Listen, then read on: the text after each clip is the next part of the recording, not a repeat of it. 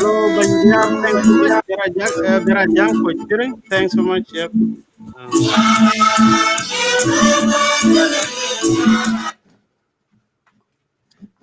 Dear viewers, we are not going to spend much time. Our guest tonight is Dr. Ajak Duany Ajak, and you are all invited to ask questions, or if you want to join in. The topic of today is just it is going to be a presentation, and we really thank Dr. Ajak for having accepted our invitation. Dr. Ajak will talk about the impact of the biased media report when we fail to collectively respond, learning from the past. Dr. Ajak, when we were in Melbourne last October, presents a topic regarding the danger of misrepresenting statistics to influence moral debate, bias on media reporting of crime statistics in the state of Melbourne. So if you want to watch that video, it is on our YouTube. But tonight, Dr. Ajak will address one topic, and we will not interfere with him. So, Dr. Ajak, briefly introduce yourself and welcome. Thank you. Thank you, Makir. Makir Mayom. Yeah. Thank you, Peter, and I hope your audience are hearing me clearly. Yeah, I cannot see you. Yeah. Okay, thank you. Good evening, audience, and good morning if you are watching from North America or in some part of Western Europe. But it is evening here in Australia, and we are speaking from Perth in Australia. As Peter has already introduced me, I would simply state that I'm a member of the emerging communities in Australia, and I'm Australian. And we are living in a contemporary world where information is flowing in and out and every minute, and things are instantaneous. And therefore, there is a role of information in the media. And as someone who has spent much of my time looking at data and working in the industry, I'm a person who is always having some interest in viewing things objectively based on the data. So my name are Ajak, Duany Ajak, and I have some statistical qualification, and my PhD thesis use a lot of data analytics, data mining, and artificial intelligence. Therefore, we will be speaking about the data, and in the context of the media bias reporting and what it could have on the society, and particularly on the minority group. in Australia, and it could have some application and ramification beyond the borders of Australian continent. So thank you, Peter. And that is a brief intro, and we will learn more as we go through this brief conversation. I will call it a conversation as such, as I will be welcoming some input from the audience and maybe from you as well. And if you have other guests lined up, we are aware the minority group have always been feeling a bit anguish and going through some sadness resulting from vilification and misrepresentation of the media. So thank you. Yeah, you're welcome. I think the floor is yours because this is not the first time for you to have talked about the statistic and misrepresentation. When we had conference in Melbourne last year in October 5th, you talk about the danger of misrepresenting statistic to influence moral debate based on media reporting of crime statistic in the state of Melbourne. So you're welcome now to continue with the presentation while people are appreciating, they will be listening. Thank you. Thank you. I would appreciate if you can maximize my window at your end such that people can see the PowerPoint slide. Yep, I'll do that. Thank you. Okay, I'll take myself out for a while. Yep, that's right.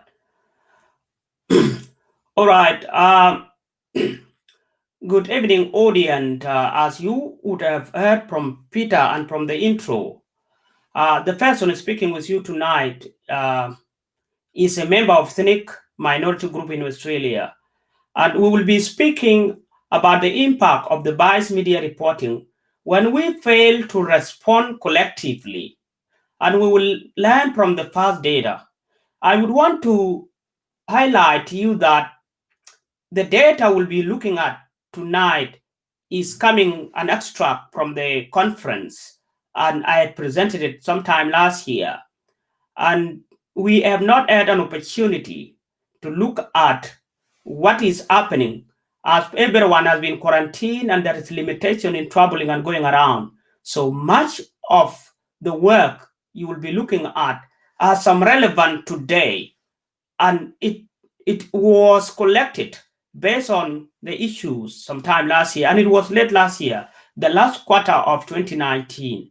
Now, just to start, many of you for the last 12 hours would have made some very important decision in your life.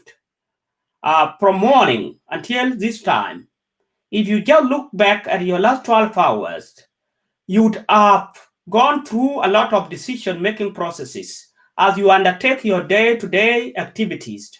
And many of those activities could have impact in your life.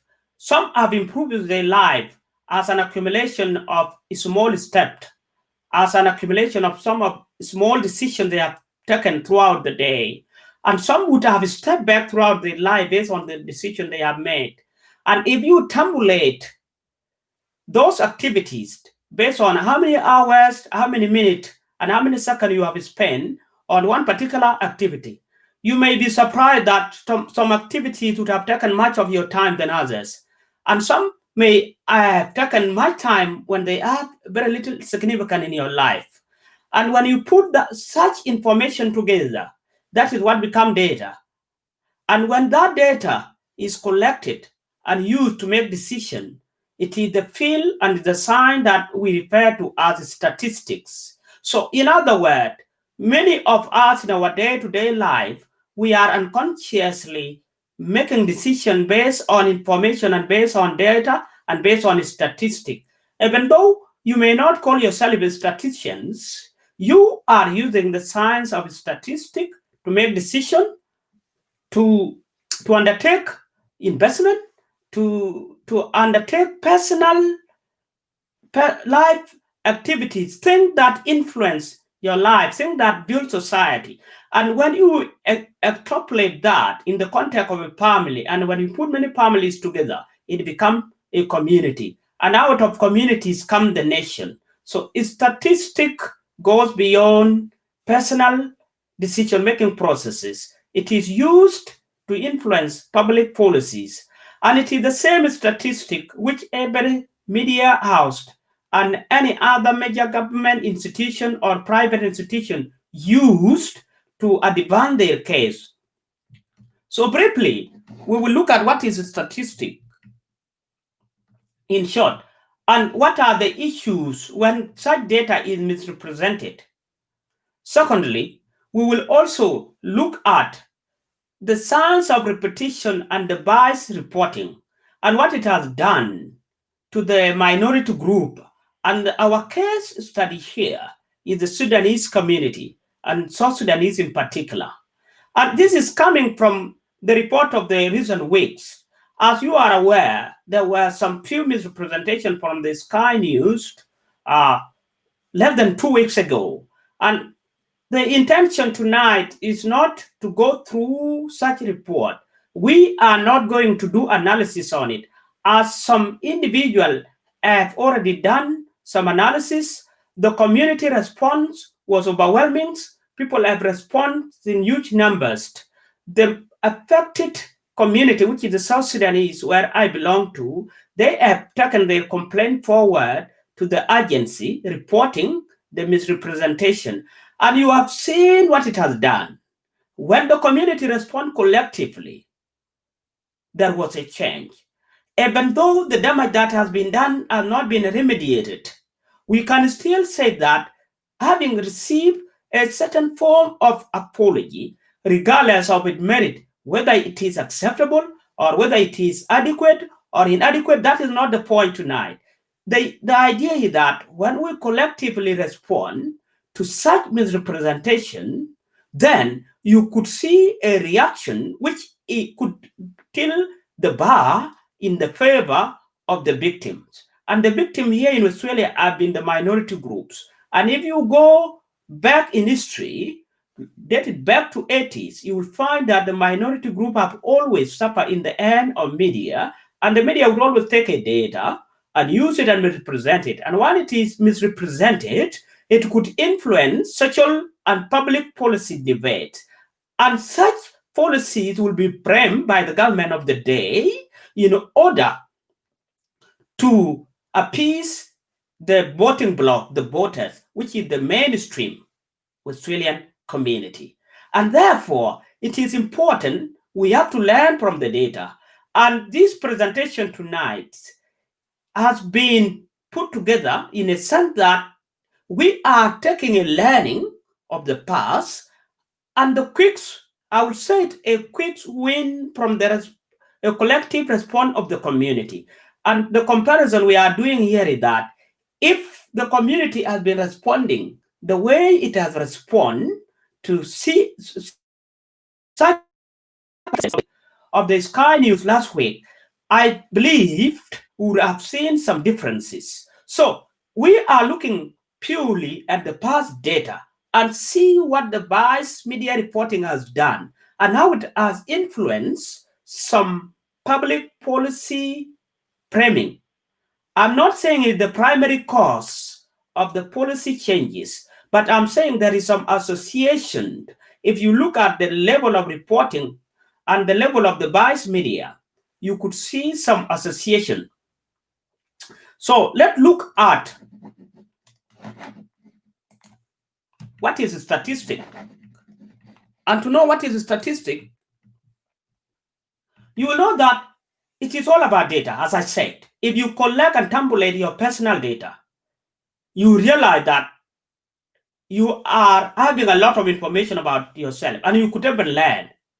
So, statistics is all about collecting data and analyze that data in order to draw value out of it.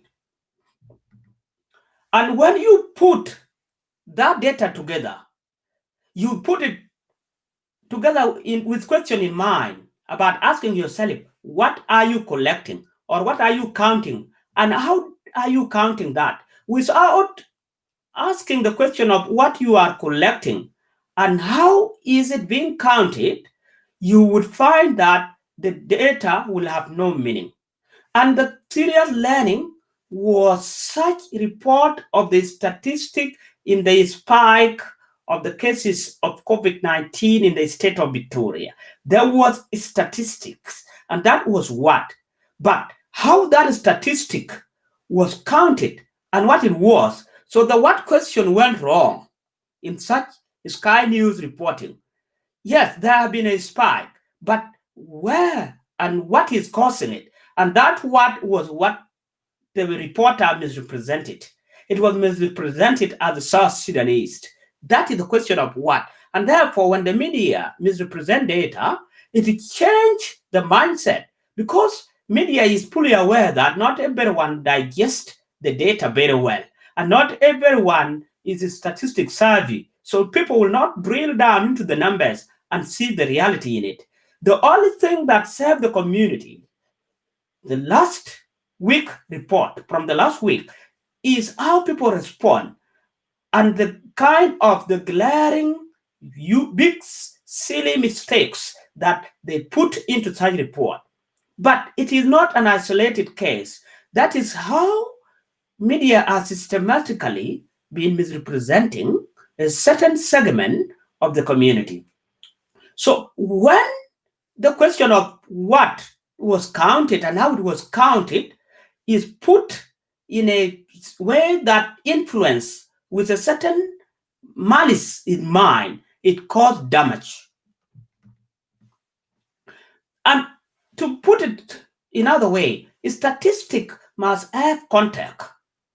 And this is what went wrong. You see, the context at which the report was put together in comparison with how the other statistic coming from this pandemic of COVID-19 was reported, that context was actually out of what is supposed to be.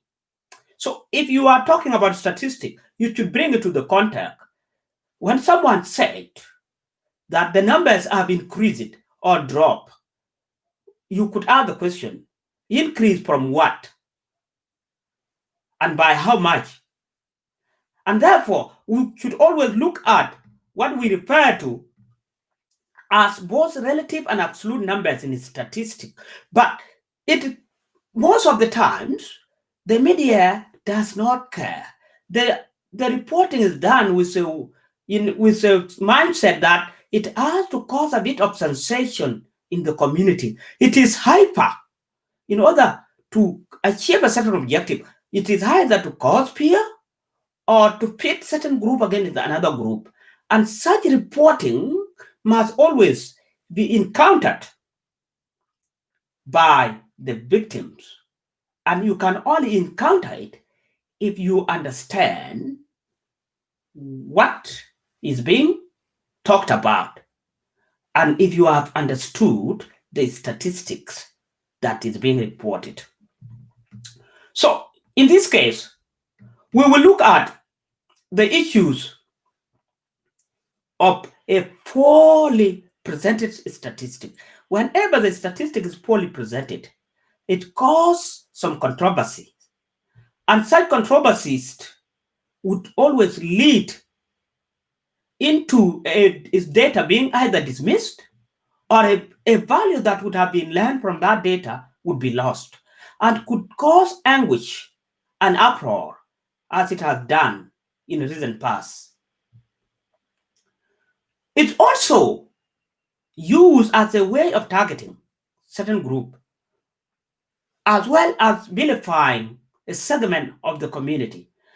And the South Sudanese and other minority group, particularly in Australia, as you could have seen in other countries, I'm not sure of other countries, but what we have seen in Australia is that the statistic is here whenever the government is reporting, whether it is a case of public health policy, whether it is a crime statistics, whether it is immigration numbers, any segment of the data that is being extracted from the society, it has been systematically used to vilify the minority group and the ethnic minorities. So what we are going to do tonight is to look at what we call biases and repetition. Now, it always happens that whenever a negative story is put together by the media and they are presenting it, you'll find the same story will be reported again and again by other media houses. They are doing that with a single reason. If you look at what are reported in Australia in the recent years, it has created a narrative. And whenever a narrative is created, that becomes the truth to the hearer, to the listener. And the community, the society, the Australian mainstream society does not do what we call fact check. They don't go back and look at what is being reported. They believe the media. And whenever they believe it, then they will create the sense of feeling that their way of life is being interfered with. So a minority group like South Sudanese would be painted as if they are interfering with the way of life. They will be painted as if they are the most worst group ever. They will be painted as the most violent. They will be painted as the most criminals in the society. And therefore, the objective is simple. It is to create a bit of hatred and tension in order to influence the public policy. And that is what Peter Credlin tried to do with the Sky News report in the recent week. And that has gone horribly wrong for the single reason he did not put the contact properly. And the community appear to have magically wake up. And everyone respond. Everyone. And I can take this opportunity to congratulate the Sudanese community, South Sudanese in particular. The way we have responded, I think it is something that we should continue to maintain. Everyone has responded well.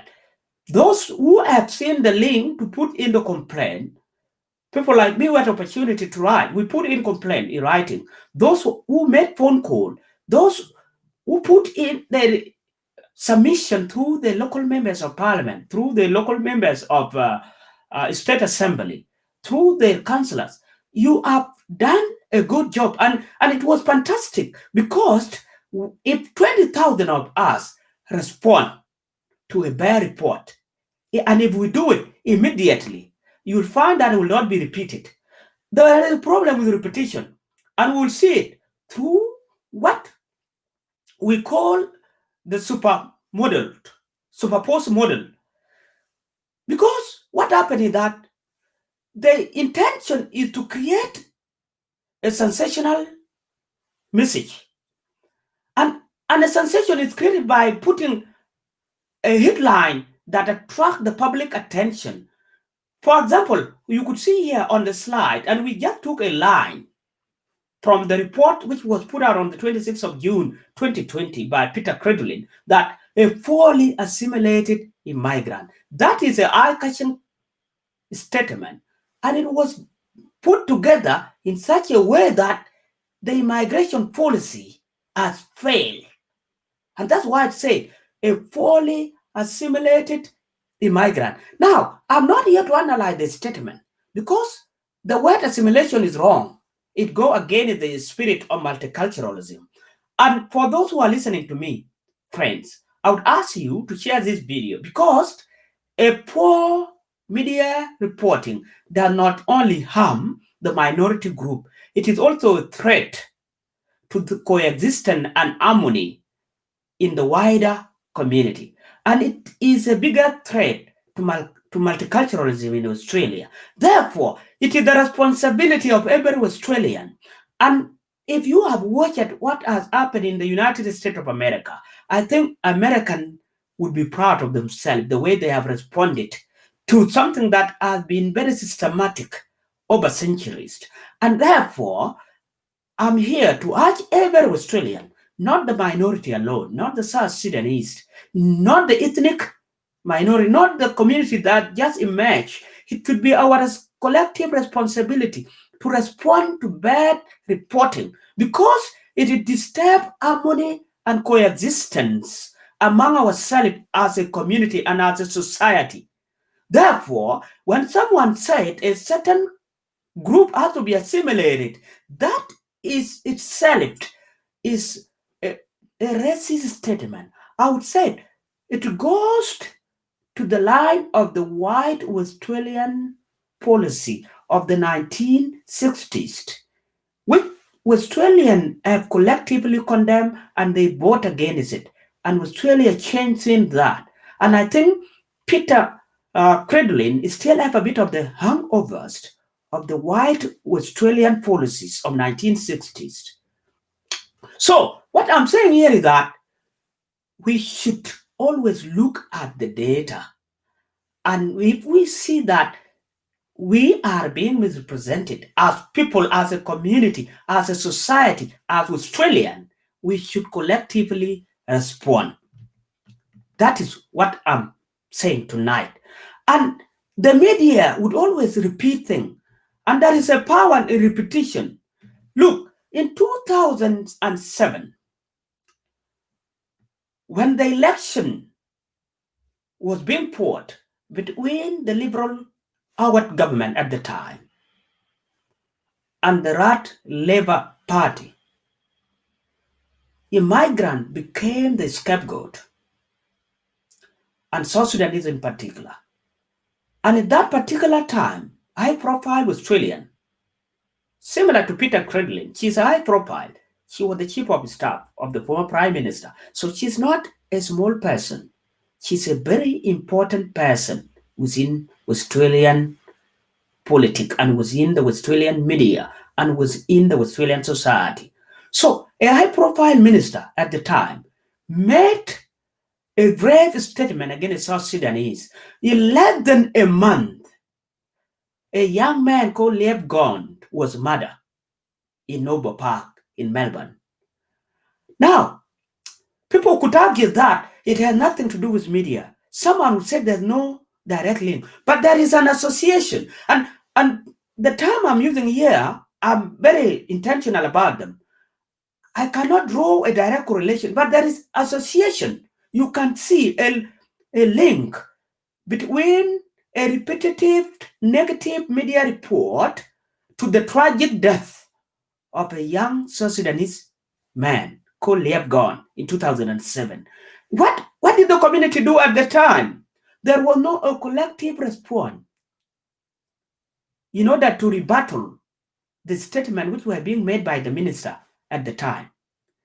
The community did not take its responsibility of looking after its own. So the youth was being vilified. Our young people were being vilified as all criminals. And therefore, an innocent boy was murdered by hooligans. And guess what? The media level of report of the offenders compared to the victim was not comparable. Because the media knew that the mainstream community would respond negatively and the media rating would go down if they go against the mainstream community. And therefore, there is a comparison here. If we had responded, just assume that the community has responded the way it has responded in the last 2 weeks, I assume there could have been a difference. And there could have been some changes to the way some media houses have been reporting. So why is it important that we look at why media report things, whatever they report, they repeat things again and again. And they will do it day in, day out. And when it is reported by one channel, it will be picked up by another channel. And they will go through kind of a widespread coverage, even to the local newspapers in the suburban cities like Melbourne or Perth or Brisbane or Sydney, or even in rural local town news, local community newspapers. Now, there is a sign to it. If we look at the theory called the Supermemo Model, the idea is that if I say this message tonight, what I'm saying now, if I repeat this message again in the next 10 days, and I repeat it again in the next 30 days, then you'll find that you will maintain your memory at a high level. I will point here if you are seeing my pointer. This is the first time when the report is coming out. So when something is said to you the first time, you will retain it. You will not forget it within the first 3 days. It will still be fresh. But if the same message is not repeated, your memory declines. So the blue is your memory without a message being repeated. That's what you see, the blue line. So the curve is reducing. The curve is reducing. So if you give out a message and fail to repeat it, within the first day, your memory will drop by 10%. Like you will forget it very fast compared to when it is repeated. And if you don't repeat the same message within 10 days, your memory drop by another 40%. Your retention is just 60%. And if you continue within the next 30 days without repeating it, your memory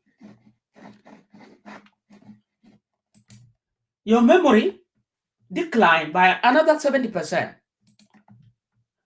So as you repeat the message, it is easy to retrieve the same information. So if we bring the same message again, repeat it within the first 3 days, your retention power will be about 100%.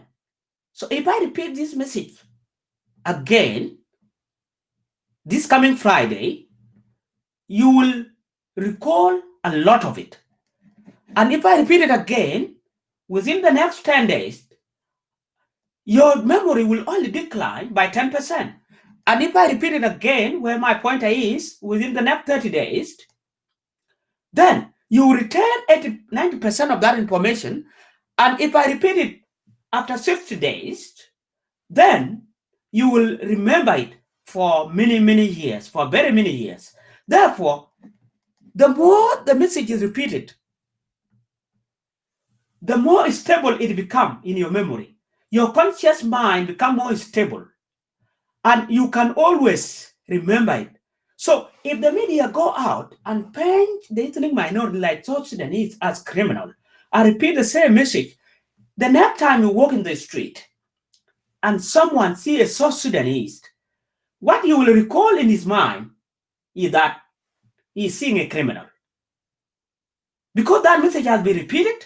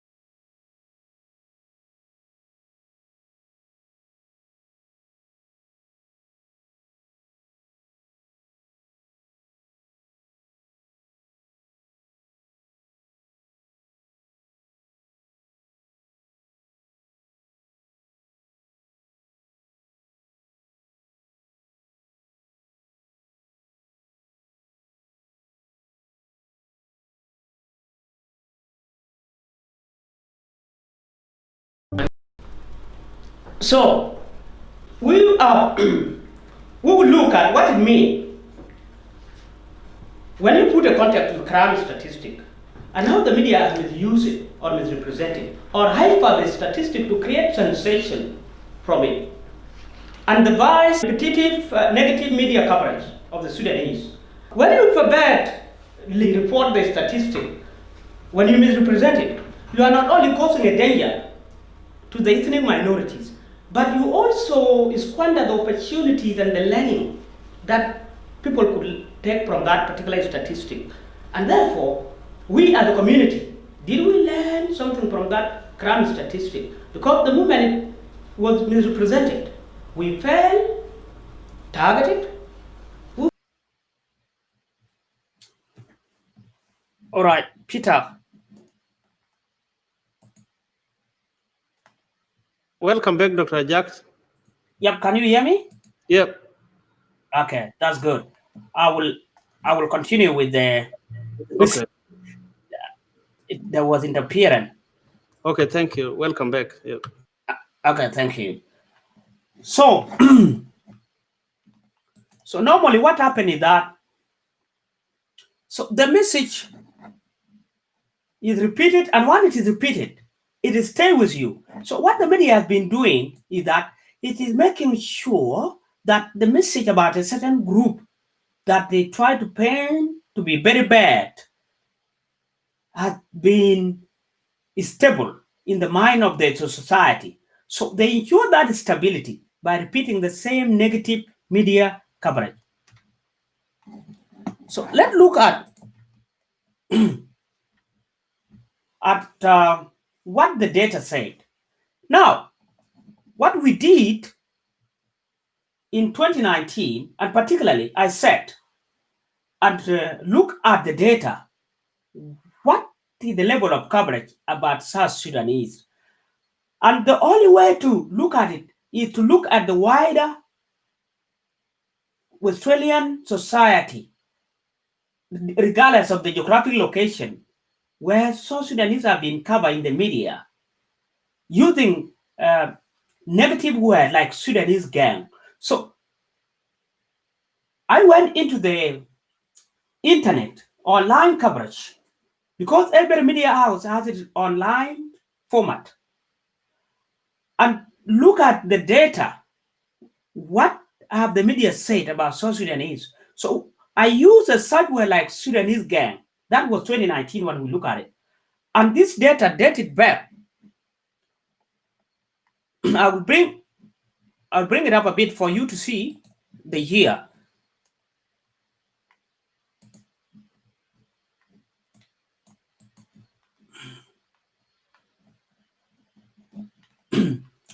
We looked till 2017. So this is till 207. This is 207. So from 207 all the way to 2019, we look at what does the media say. Let's bring it up a bit for you to see. So if you look at 2007, 2008 financial year to 2015, 2016 financial year, 2017, 2018, and 2019. In 2007, 2008, there was 222 negative media coverage about South Sudanese. There was very minor sporadic reaction against it here and there, but there is no an overwhelming reaction.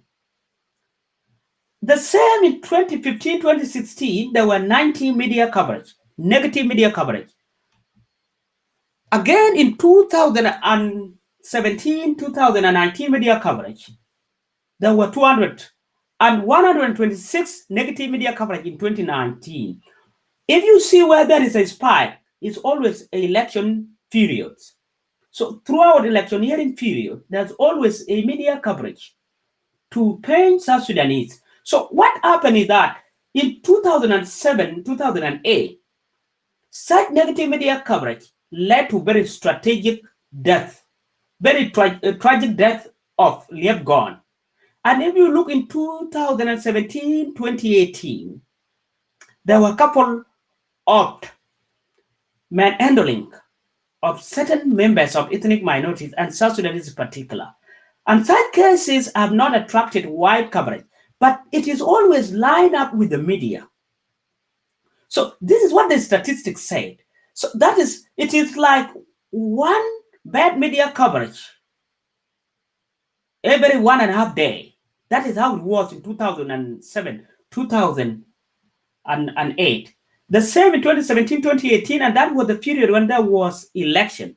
That was the period when the Liberal and the Labour were having a bit of a hit-on, neck-to-neck campaign. And therefore, the mainstream media try to find something to promote a certain party. And it is the same story. You will not go 1.5 days without hearing a bad media coverage. So on average, you are saying basically every other day, you will hear a bad media report. And it does not matter where you are. That is how it was. And the story was simple. The more we make this a big issue, the more will raise tension in the community, and the reaction in favor of a certain political group will be favorable from the voting bloc. At the same time, the media, the individual within the media, as part of their agenda and intention to make certain group look bad. Now, how does it influence public policy debate? You will be surprised to know that government, which you would already know, government used a statistic when making decisions. And government look at media when making decisions. Because politicians are people who go with the flow. And they go with what they think will give them vote. And it does not matter how bad it is, as long as they don't see it as a threat to their campaign, they will not care. The ethic part of it will not be an issue to them. So sometimes they may act in a way that they will claim is legal, but it will may be morally bankrupt. So as a community and as a minority group, the learning is that it is our collective responsibility as people to always stand against bad media reporting. Because if we don't, you will see many bad media coverage being repeated. And if you respond quickly, then you will see the rest of the media houses will learn a lesson and they will not repeat the mistakes, because they are always there watching and see what will the community do after a certain report has been aired. That's what they do all the time. So how does this influence immigration policy? Now, as the media was covering South Sudanese, I look back and look at what was happening before the bad media coverage in 2018, in 2008, 2007, 2008. So I look back to 1996 at the immigration numbers. Now, you will see here that the gray line is our intake. So the gray line is our intake, and the white line is the media coverage, negative media. So in early 1990s, there were not many of us coming to Australia. And in those times, the media was very positive towards South Sudanese. The media was covering good stories. They were selling good stories about refugees. They were favorable. And that was the time. At that time, the Howard government had just won the election in 1996. They came into power and they wanted to demonstrate that they care about everyone, including the refugees. So they joined hands with UNHCR, and the media jumped on board and start putting out good stories about South Sudanese. But what you will notice that as they were talking positively about the South Sudanese, at the same time, they were covering another group negatively. They were covering a group like Vietnamese, Cambodian, those one who came to Australia in late 1980s and early 1990s.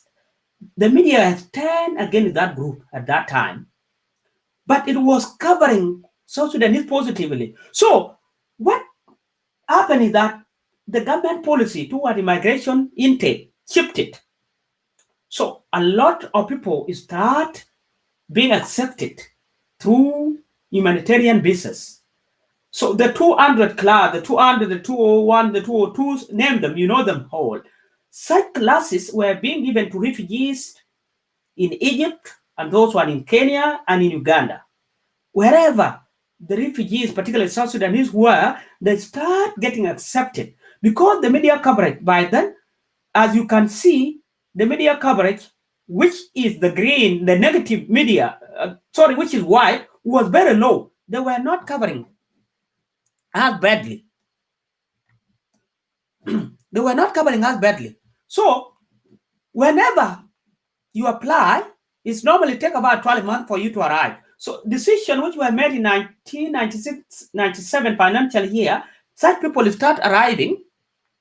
And that's why you see the blue bar is our arrivals. So those are absolute numbers, and the white line is percentage-wise increased. So it is important we don't just look at absolute numbers. We look at what is the change percentage-wise. That is what we call relative numbers.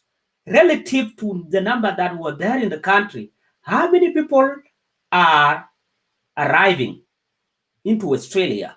So when media coverage was good, then you see our arrival rate. You see the blue bar start going up. Start going up, as you can see there. Then what happened in 203, 205, 203, 204, 205? The media turned against us at that point in time. The media start producing negative report, particularly around 205, 206. You see, 206, 206, and that was the time when the election was on. That was the last reporting period or the last financial budget report of the former Prime Minister, John Howard.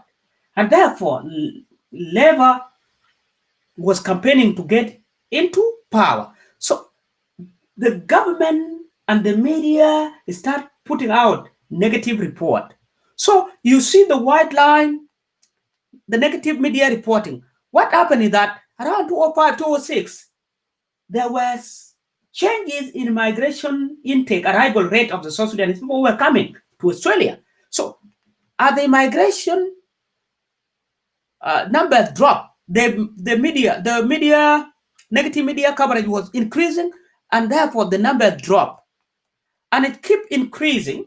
And as you could see, 2007 was the peak when it started shooting up. When it started, and it has been increasing.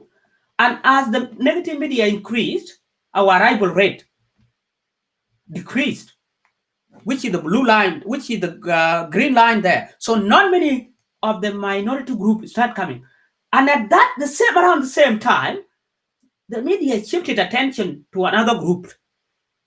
And it will not be wise to mention them, but you realize many people start arriving from Middle East and some part of Asia Pacific. Therefore, the media has actually shifted the public policy. The migration policy shifted.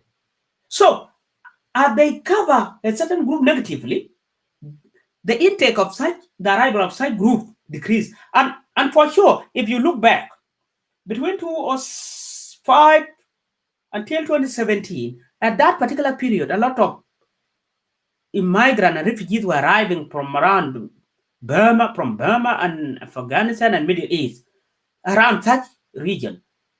And the media has ensured that no matter what was done by other group, it was not covered at that group.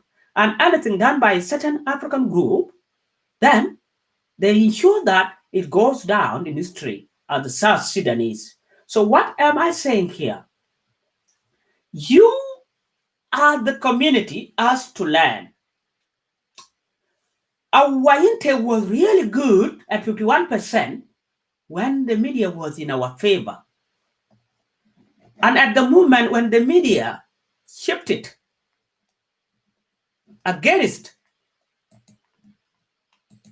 our community, or particularly to us as the minority group, you find that our intake declined. And it declined in such a way that you cannot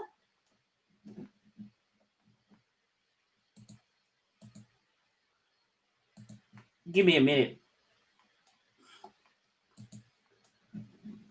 So it declined in such a way that there was no one coming. The green people you are seeing here were the only group called the family reunification. And that is close to 0%. Zero. It's just about 1% or less than that. From 207 downward, it dropped to less than 1%. The South Sudanese who could arrive at that time is either a member of the family, say, for example, a partner, a wife or a husband or a child of a family that is in Australia. The rest of the refugees from South Sudan, none of them had an opportunity to enter Australia since that time. Since that time. And why is that? Because immigration policy was changed. Yes, I'm not saying the change in migration policy was made based on media coverage only. That's not what I'm saying.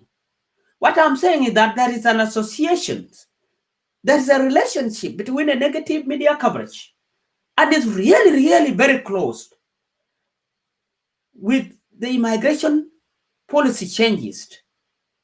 And why is it that the group that was being covered negatively is the group at which the numbers had dropped drastically? You don't need to be a rocket scientist to see that the media has changed the policy. And therefore, if we all keep quiet, then we will all go down and suffer as a group. And Australia as a community will suffer as a society. So it is not favoring anybody. And if the community and society allow a negative media coverage, it does not only affect the minority group, but it threatens harmony and unity in the communities. It can ruin the economies. People who could come and contribute positively to this society will be shut out of the doors. Legitimate refugees will never have an opportunity just because media has been allowed to have a free run and affecting policies. What do we need to do as people, as Australians? And this is a call to all of us. A biased media coverage is not only a threat to ethnic minorities, but it is a threat to our thriving multiculturalism. Also, it is a risk to media houses themselves. And for those who have watched the apology on Monday from Peter Credlin, look, I will repeat it again. I'm not in here to debate the merit of the apology. But what I'm saying is that a negative media coverage would also affect the media itself. It carries a risk because it comes with a reputational risk. For those who have been watching the media houses in United States, they had suffered from what is now called the fake news phenomena. And that is when a very powerful person through a social media like Twitter start in counteracting every media report and branded it as fake news. So many of media houses in the United States have suffered from reputational damage. And it is a lesson to any media house. They may own a television station, but 24 million or 25 million Australian are available on social media. And if we all collectively respond and call it out, when it is fake, call it out, it is fake. If it is a quality reporting, let's call it out. Therefore, we should not allow a media to do a disservice to Australian society. We are Australian and we are part of this. And it doesn't matter to the journalists out there. You would have your father or your grandfather would have arrived 200 years ago. I may have arrived yesterday, but we are all arrivals, new arrivals. What matters is not the time of arrival. The point of arrival does not matter as well. Others would have arrived by boat. Others arrived by air. Others arrived by land. Assume there is a land bridge in the northern side in those days. But what is important here is that we have all find ourselves in this continent bounded by waters as a multicultural Australia. Therefore, it is the responsibility of the media to protect its own reputation. Otherwise, there is a wake-up call now, and I call on ethnic minorities. And this is the same message which we presented sometime last year in the presence of eminent persons, very important people in Australia, including some senior commissioners within multicultural commissions across Australia, in presence of CEOs, and they came up with one message. And the message was very simple, that you, the ethnic minorities, you must always act collectively and stand up for yourself and stand up for your community. If we all stand up together, then someone within the media will have to eat an apple pie. Peter Credlin, last Monday, he ate an apple pie. You could see in her eyes. You could see from her body language. It was a very humbling experience for her. From someone who has always enjoyed the corridors of power. Someone who has always assessed the highest office in this land, the office of Prime Minister. A one very powerful political bureaucrat or a political chief of staff. She was the chief of staff. To be reduced into giving an apology to a ethnic minority group, which she think was just a walk in the park. She was humble. She was reduced. And I'm very grateful to you as a South Sudanese.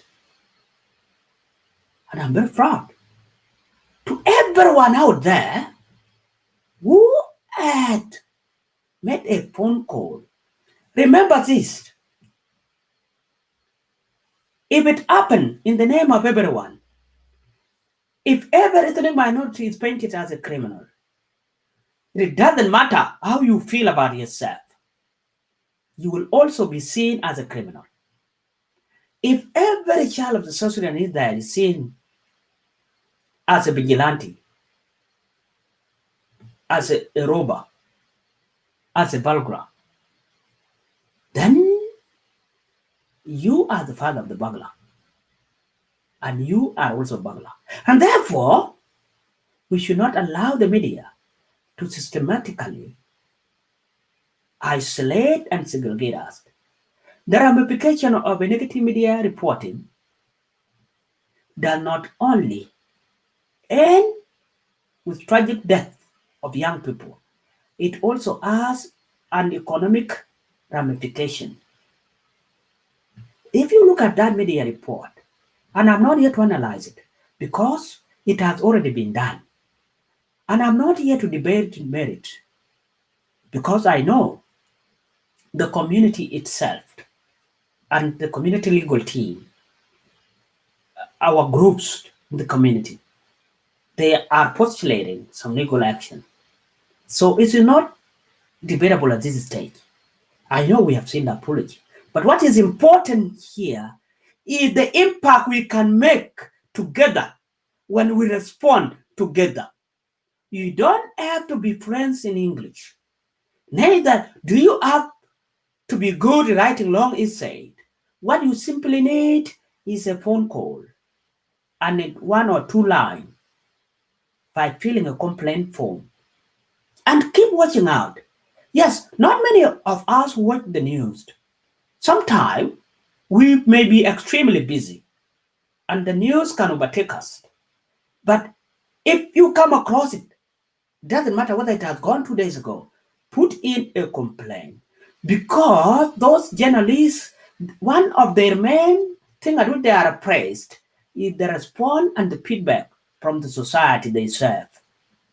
So if thousands of complaints are made against one journalist, he or she may be at the point of ruining his or her own career. So they will always come back and eat an humble pie, the way Peter Crillin did. I will not end this without calling out a good work which was done by one of our young pastors. And this is going to every person out there. One of our young pastors, based in Sydney, through his platform, Pastor Samuel, caught Majog. Pastor Samuel caught, did a brief analysis on it. I came across it a day after. I shared it on my own wall. I thought it was a great job. And therefore, when I saw it, I realized the only thing I can do at that point in time was to share the good work out there. I think I need to shout out to such people. That is the leadership. The leadership could be seen anywhere where you are. Thank you, Pastor Samuel, on my behalf and the behalf of the entire community. We have noted the good work. And this message goes out to every religious leader out there. It is always upon the religious leaders and the community leaders to stand out in the face of injustice.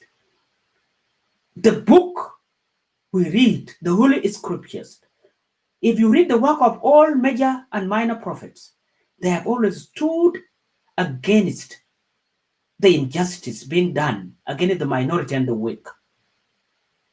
People like Micah and Amos, they stood against the injustice. And therefore, it is the responsibility. You don't have to keep quiet. Whether you are on the pulpit or leading a community association or running a personal business like I'm doing with our brother, Peter Lual, who has always been out there to give back to the community. We appreciate you. Now, to finish, we present this data last year. A conference that was organized through African World Book Community Education, an organization run by Peter Lual. And I became a sponsor of my own organization. Our main aim was to enlighten our community leaders. My intention was to show them the statistic about what is happening to our young people. I have not discussed that statistic tonight because that was not the intention tonight. The intention was to see how the immigration policy was changed relative to media reporting, which you have seen already. The intention was to say, if we all respond, then we'll not suffer from a repetitive negative media coverage. The intention at that time was to call our community leaders for them to come and listen. But guess what happened? The entire community leadership in Victoria, the entire community leadership, they did not turn up. I will repeat, the entire community leadership in Victoria. But guess who was there in the conference? It was Tim Costello as a guest speaker, the CEO of World Vision. And he was very eager to meet with the South Sudanese community leaders. Guess who was there in the conference? It was the commissioner of Victorian Multicultural Commission, a person who has gone through the same experience like our minority group, like our community. And she was ready to listen to the community leaders. And guess who was there? The CEO of the Foundation House.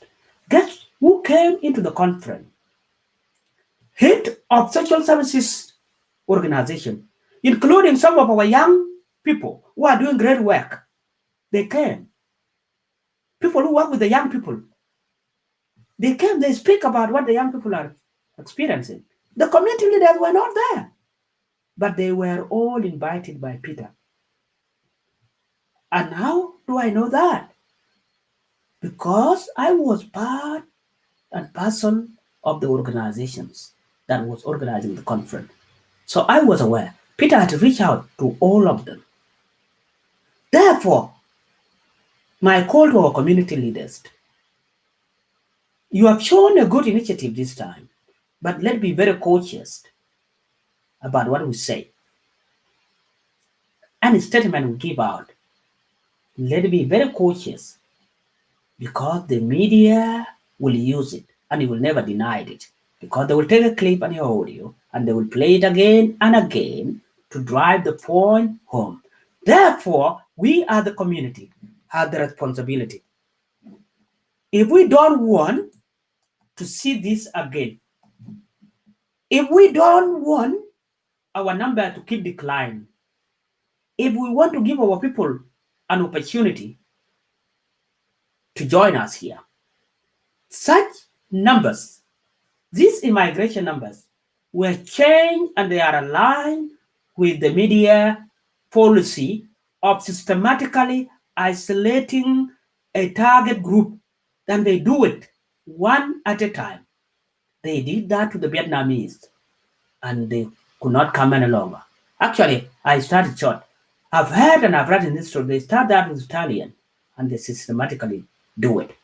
And they did that to the Cambodian, to the Vietnamese. They have done that to the Lebanese. Now they are doing it to us. And you see our numbers have dropped. Therefore, we should not sit back and watch. The call is that let's do what we have done in last 1 week. But you can see the impact. Whenever we fail to respond, you see, if I respond, or Peter respond, or Pastor Samuel K. Majoga respond, but the rest of the community don't respond, we will not make an impact. We will not make an impact. It is when you make a phone call and I make a phone call and we all make a phone call, there is 20,000 of us in Australia. There is 20,000 of us. Assume that 40% or 50% of us are underage. Then I could say 10,000 phone calls can influence the policy. 10,000 votes can put a senator into Canberra. As South Sudanese, I'm talking as South Sudanese and also as African. And for you, the rest of African communities. And for you, the rest of immigrants. And for you as Australian. We together, the media is disturbing our harmony and coexistence. And we should start behaving the way the American people have woke up against injustice being done to minority group. Remember, in the Second World War, there was a saying from one individual who thought he would have made a difference. He said they came for the Catholic, and I kept quiet because I'm not a Catholic. They came for the Anglican. I kept quiet because I'm not Anglican. They came for the Protestant. I kept quiet. I was not Protestant. They came for the Jews. I kept quiet because I'm not a Jew. And when they came for me, there was no one left to speak for me. So the rest of the communities, the rest of the African communities, the rest of the migrants, everyone, the Australian, when the media turns against one group and you keep quiet, trying to enjoy the show, remember, when they come for you, there will be no one left to speak for you. One again, the bad media coverage is a disservice to community. It disturbs our coexistence. And media itself, to you journalists out there, and share this if you know any journalist who is involved in the mainstream media in Australia. Tell them you are at the risk of being tagged as fake media. It has happened in the US. No one trusts major media houses. I will not mention their names. No one trusts them any longer. In fact, people trust what is coming out of Facebook, Twitter, Snapchat, Instagram. And therefore, such media houses are losing revenue. They cannot advertise anymore because no one wants to watch them. All the advertisements have gone to Facebook. So, it is opportunity for you to salvage your reputation and return back your glory, to be seen as working for the welfare and the progress of the Australian community, and also to strengthen our multiculturalism as a community and as a nation, and we'll all be proud and will feel the sense of belonging. But if you systematically isolate one group, then the peace that you think you are creating, you'll never enjoy because you'll suffer from the guilt yourself. Thank you for watching. And thank you, Peter, for hosting me tonight. And I appreciate your services to the community and to the nation. And thank you, audience, for listening. I will open up this opportunity for question. And if anyone has a question, feel free to ask me. If I know the answer, then I will address it. If it is something that will require more research, then I will let you know. Thank you all for your time, and thanks for your patience, Peter. Thank you. Yeah, thank you so much, Dr. Ajak. To those who have just joined us, our guest is Dr. Ajak Duany Ajak. In case if you haven't watched the program, just continue to watch it. Dr. Ajak, it is a great job, well done. I think it is going to benefit a lot of people. You have talked of the impact of the misrepresentation of messages, but you know, like when I first arrived in Western Australia, we came up with the image cleansings. Because most of the things that we do as South Sudanese, we don't invite the media to come and witness some of the good things that we do. And in most cases, they do come across anything done wrong. So what can we do to cleanse our image?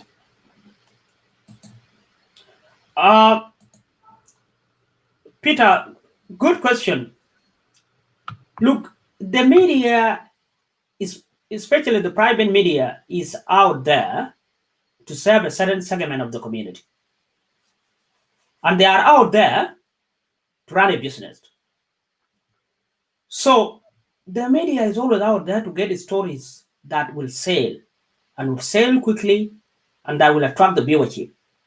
Media survive from the viewership. If they have a huge viewership, and that's why you find most of the time media will put out stories that are dramatic, sometimes that are tragic, because they play with the psychology of the people.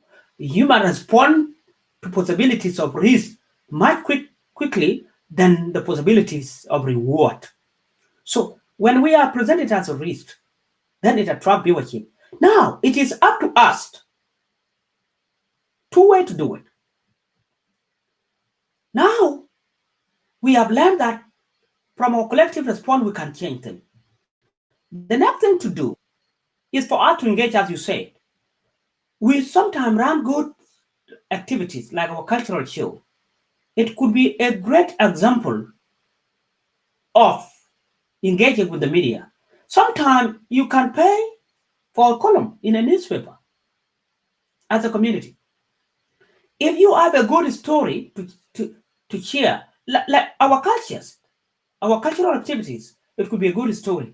Now, when things like what happened last week occur, I think there was an opportunity now to work collaboratively with a news media out like a Sky News. Others may disagree, but you find that sometimes when two people enter into a conflict and when they come to agreement, they end up being good friends. I think there is an opportunity now. I know the community, through community leadership, are pursuing Sky News. There is an opportunity now for the community to engage with the media like Sky News and give them a bit of an air waste. That is one way. Out of the damage done, we will use that as our springboard, as our strength to engage positively. Because this has opened an opportunity to engage.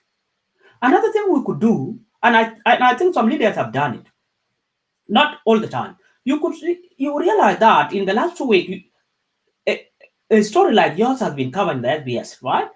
And the book launch about the father of the lost boy, a very interesting book which I will get from you, from the title. That book was covered. Now, what would happen is this: when we have such coverage, it is up to us, the community, to promote it even a little bit more. Now, when we have something good, we have to invite the media. But it can only happen if we have a working relationship with the media. So, in fact, we should not be seen as anti-media. We should be pro-media. But be pro-media in such a way that you don't blindly support them. You call it out when it is wrong. And you engage them to cover what is positive about you. So our community leaders should cover that. I've seen few cases where tragic cases have been covered.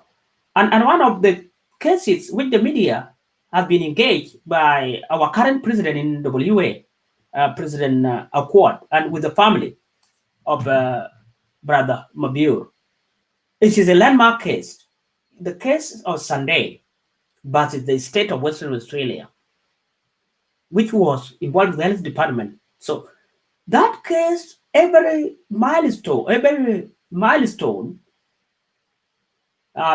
John Accord and the family had ensured he invited the media to show that injustice has been done. So that had said a bit of a learning and a warning to others that these are people who can also engage and they know their right.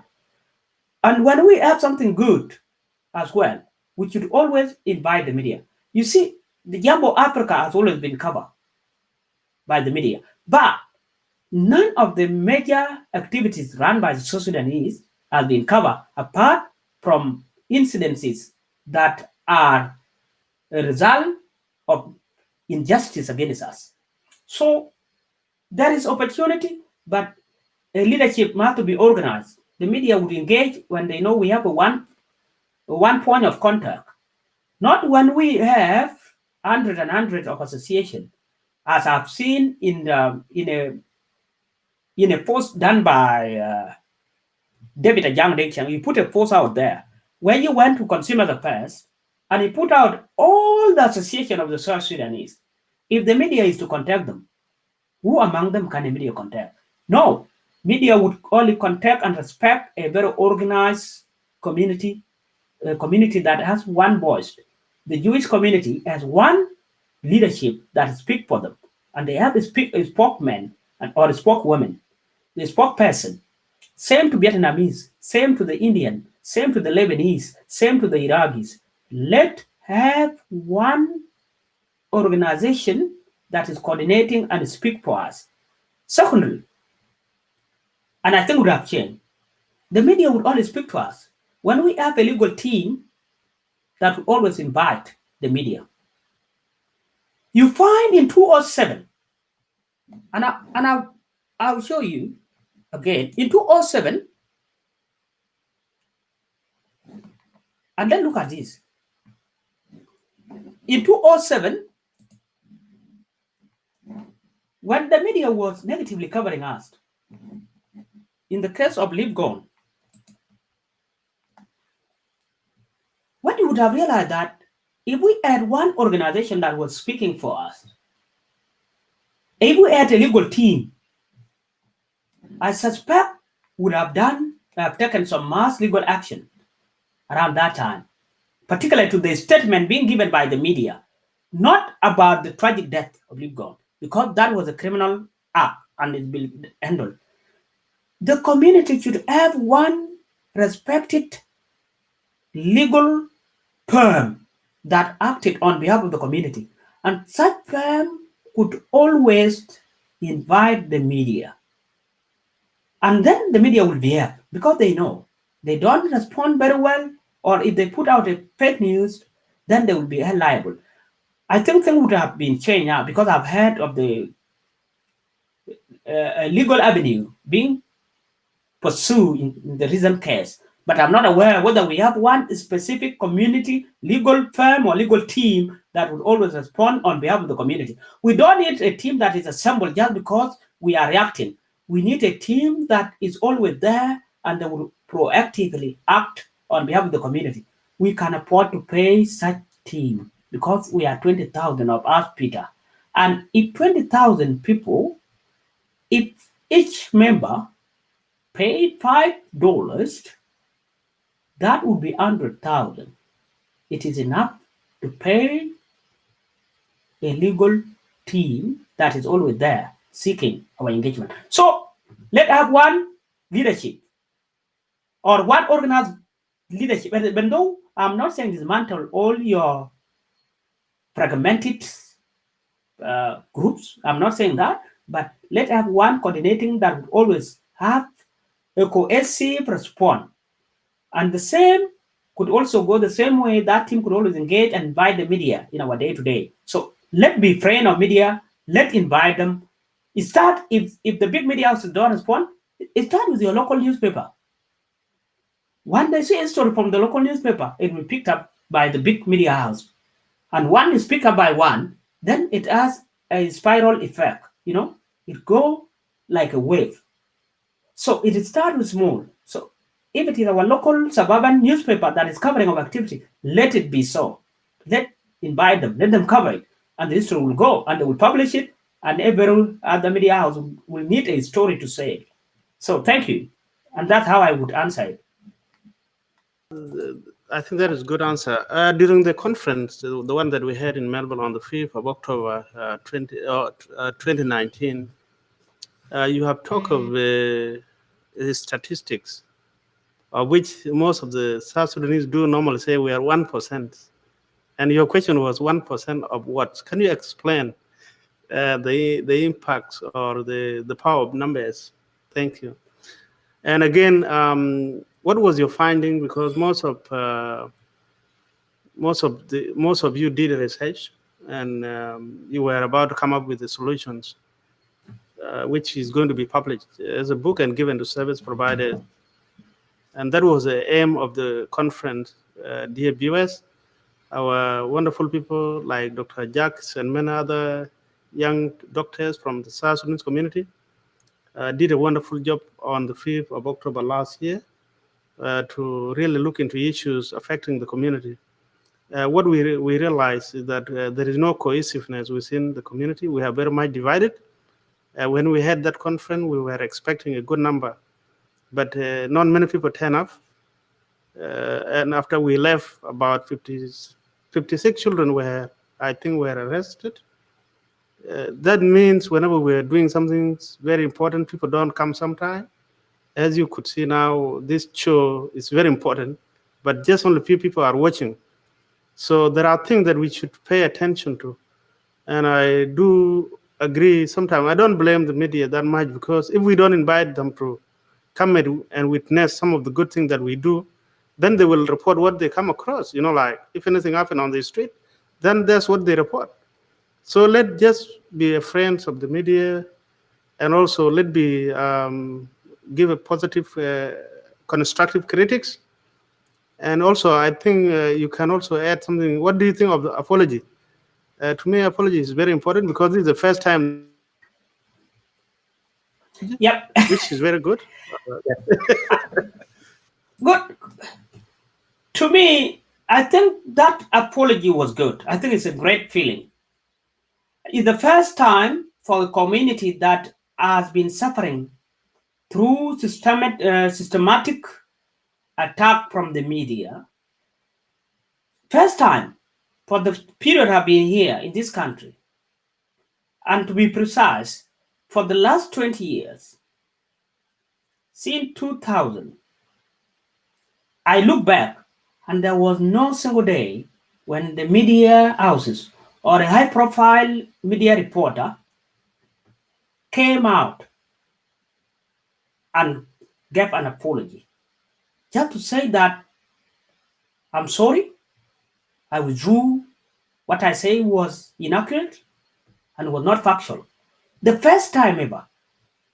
So to me, I think that is a milestone.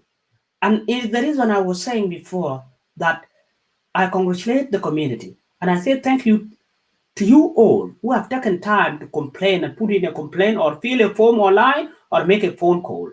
It's the first time ever for a powerful person, the former chief of staff, a senior media reporter, a very influential person within the power of corridors in Canberra, to come out and say, I'm sorry.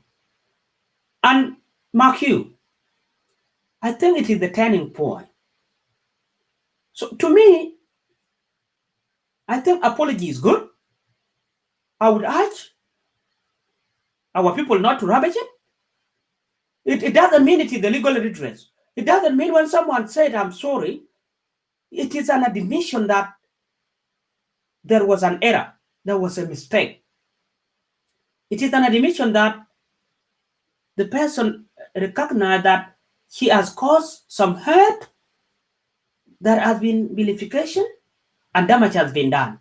We know that. And I'm aware the damage is done to all of us as a community. But for the person to say, I'm sorry, I think that is a good start. And I think it is something we should all appreciate. But it doesn't mean that we cannot seek legal redress for the damage. You can say, I'm sorry. So that is a show of change within the media fraternity. At least it is a good start for the Sky News. Let's see whether other channels like Channel 7 and 9 will take a bit of maturity. It is a sign of maturity. And I think the Australian media and some reporters within the media houses, at least they start getting awareness that we are one community. It is not about us versus that group. No, it is that it is my community, our community that I'm doing damage to. So I think it is a sign that they have started to look beyond their own inner circle, their own little circle. They're looking at the wider community. So it's a good one, a good step. But if the community leadership feel that they should seek legal redress, I think they should consult widely. They should involve some community leadership across the board to see whether would accept that apology or would they go for legal redress. But for one to go and run and look for legal redress alone without the mandate of the community, I think it will be unwise. But seeking legal redress will not be ruled out of the question. But if the legal team is already assembled, then it is time now that they should consult with the legal team and see the ramification of the apology. So apology is good, but does not take away the damage. So if there is a chance for legal redress, so be it, because Peter Cridlin did it as a reporter of the Sky News. So it is systematic. And I would say, because it's systematic, seeking legal redress will be the change, because it's not individual. We should not take it as Peter Cridlin. No, he is furthering the agenda and the policy of the Sky News that the news have to be reported. So the Sky News have to say, if the Sky News has apologized, then let's see, because he apologized as the person, but maybe Sky News should come out as an entity and give some apology. I think that would be good.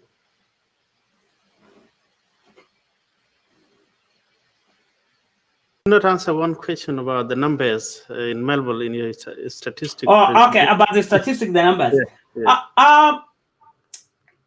I think around this month we will see a new statistic coming out from Melbourne. I don't know whether I have it to show it, but it was not the intent, so I will not show tonight. But it is somewhere in my computer or on the server. When the crime statistic came out of Melbourne last year, it was said that South Sudanese were responsible for 1% of the offenders, or let's say 1% of the offenders in Victoria in 2018-2019 financial year were people of the South Sudanese origin. 1%. But in that state, there is about 9,000 South Sudanese. So my question in the conference was, when we say that what we did as a community, we reacted badly to the video in a way that we did not digest the statistic, we did not sit back and understand. And when you react without knowledge of or the context of the statistic, then you'll find yourself squeezed into a corner. So when the community reacts, and the thing that being said was 1%, the media did not see it as effective, and it could not make any impact. It is only one channel which misrepresents its statistic as well, which was Channel 7. Then they were taken to court by the Australian Media Authority, and the channel was fined. But now the question is, when we see a statistic like that as a community, and we are told that people from South Sudan origins were making up 1% of the total number of crime in Victoria, the question which I asked was, 1% of what? Because the statistic is all about what was counted and how it was being counted. So when you look at 1%, then we are also less than 1% of 1%. Or let's say we are just 0.1% of the population nationally as well as in Victoria. So if 0.1% of the population have 1% of the crime, it raises a big question to me. So we dig deep into it, and we realized that the data was actually worse than we think, because we did a graph, and I think I should show that, Peter, because you asked the question. I think I should show that because it may make sense for people to see what I'm talking about. Let's show that. Give me a minute.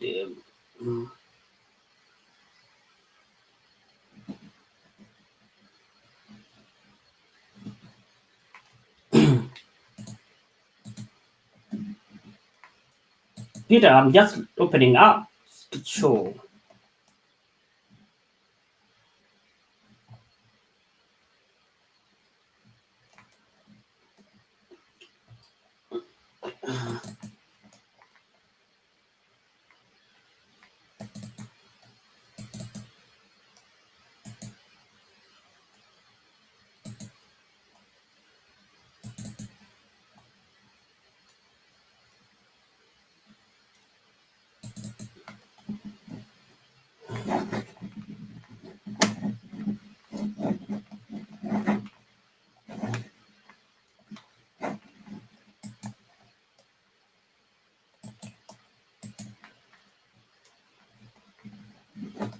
So, are you there, Peter?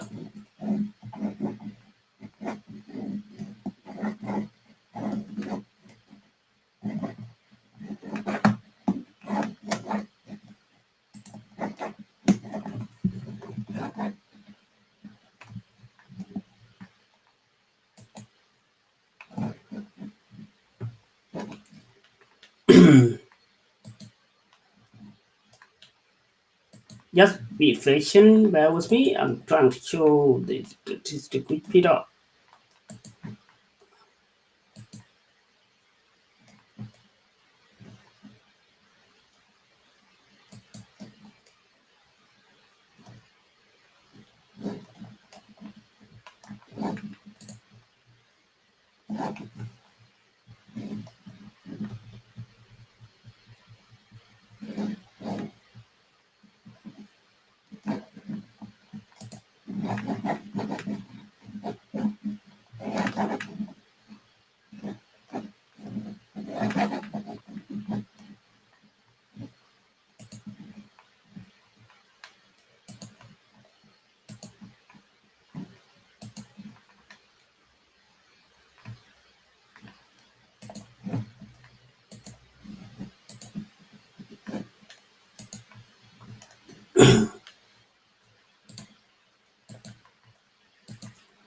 All right.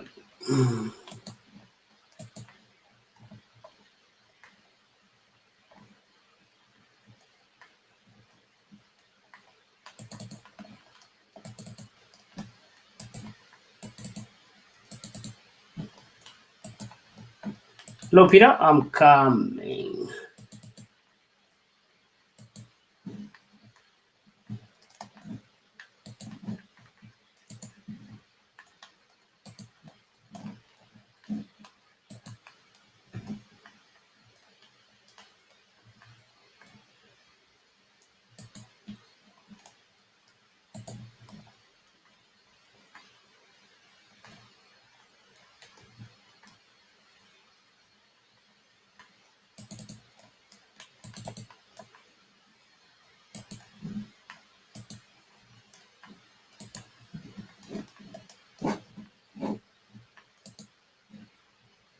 Okay.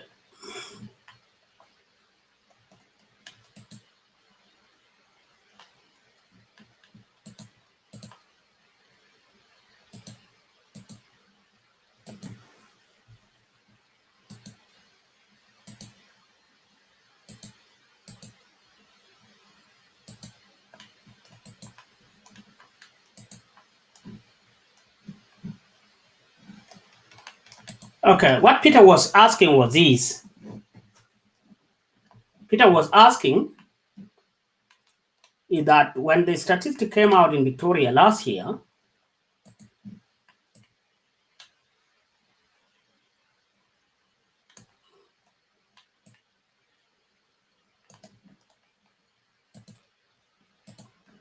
so when the statistic came out of Victoria in 2018-2019 financial year, there was a dispute. As you can see there, people from South Sudan and of Sudan origin, there was a question of, are we really the problem? Because our numbers show that our young people or people of the South Sudan origin made only 1.1% of the statistic.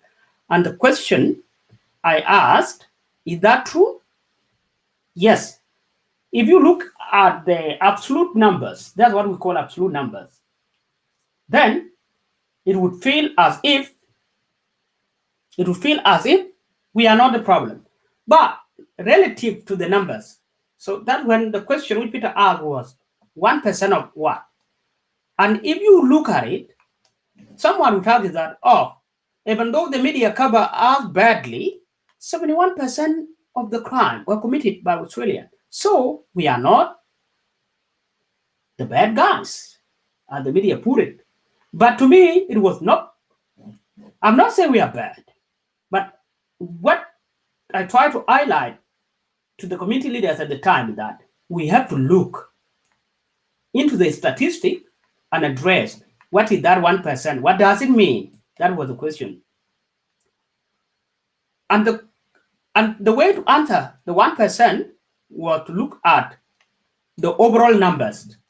When you standardize it, say, for example, if you take every 1,000 people in Victoria, how many among that 1,000 will be categorized as offenders based on the statistic? Or what is the chances that among them there will be some offenders?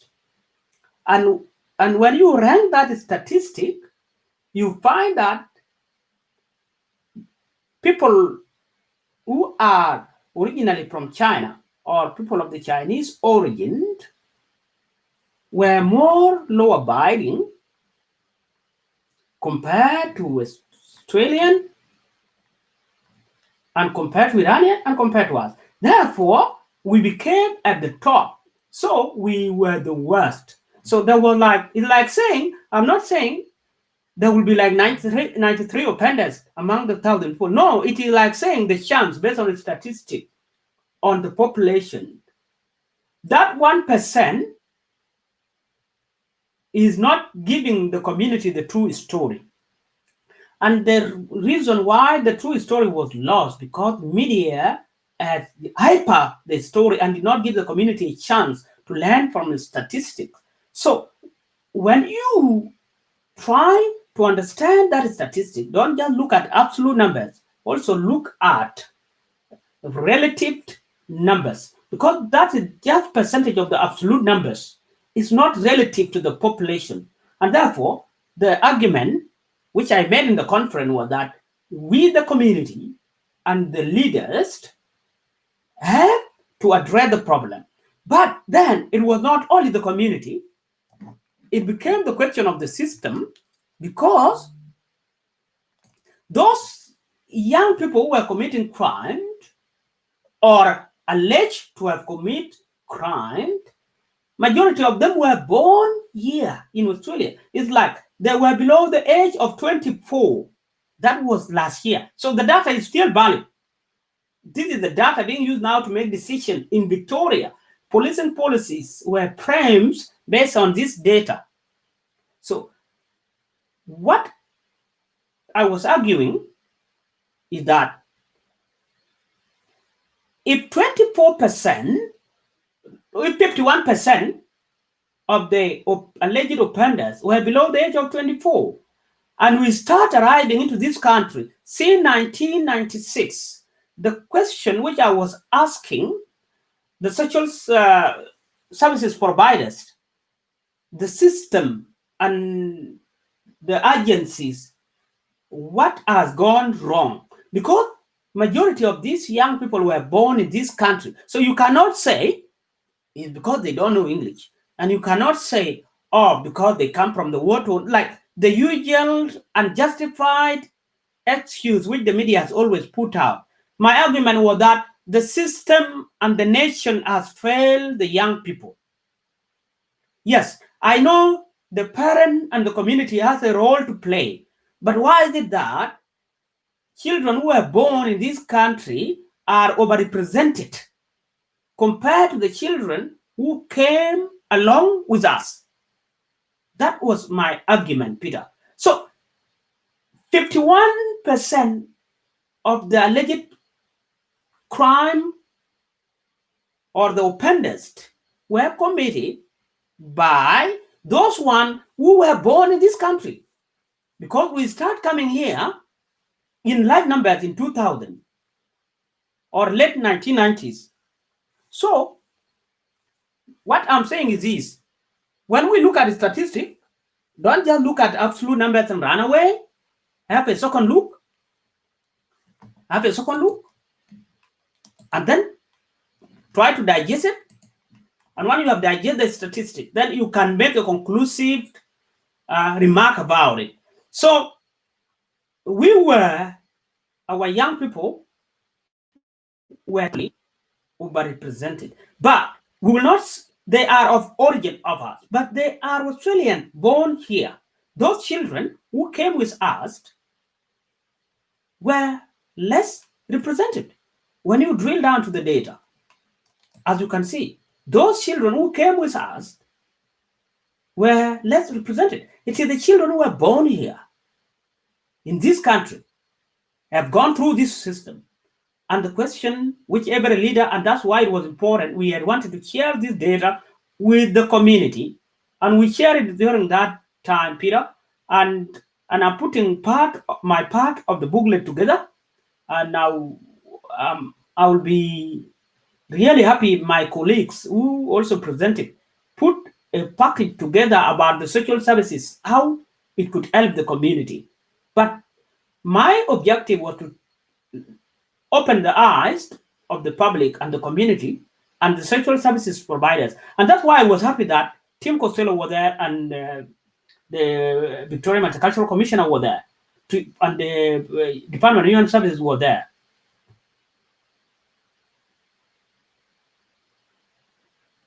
So what we can always do is to learn from the statistic and make decisions. So the question is, why is it that children who are supposed to fit into the system very well are the one falling off through the crack, as shown by this statistic? Why is it that the system has failed the very young people which the government encouraged the community to have? Someone called Mayan Leubol asked, what can our community do to establish a legal team that may represent the entire community? Well, understand one another, come together. That is what we need to do, is stop these franchisations of organizations. Yes, each ethnic community can have their own, but let have one South Sudanese community, which is like umbrella nationally. That is what I'm saying. Let have one South Sudanese community association or leadership that it has to be run by people who are very objective in thinking, people who have already understood what it means to stand in for the community. An organization that should not be used as a platform to further one political interest, because there's no politics in it in the community.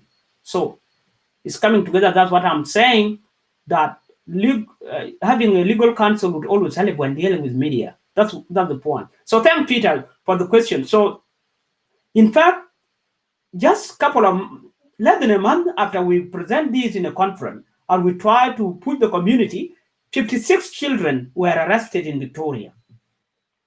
56 children. And it was for sure they were alleged offenders. But we were saying it as preventative.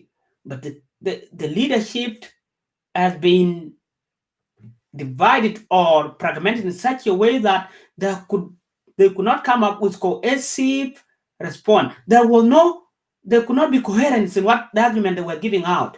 And my fear is that the more they become incoherent, the more disservices they will do to the community. And media love that. The media will use them effectively, pick their statement, and use it to whip the community. That is what I was arguing. Thanks, Peter, if you are there.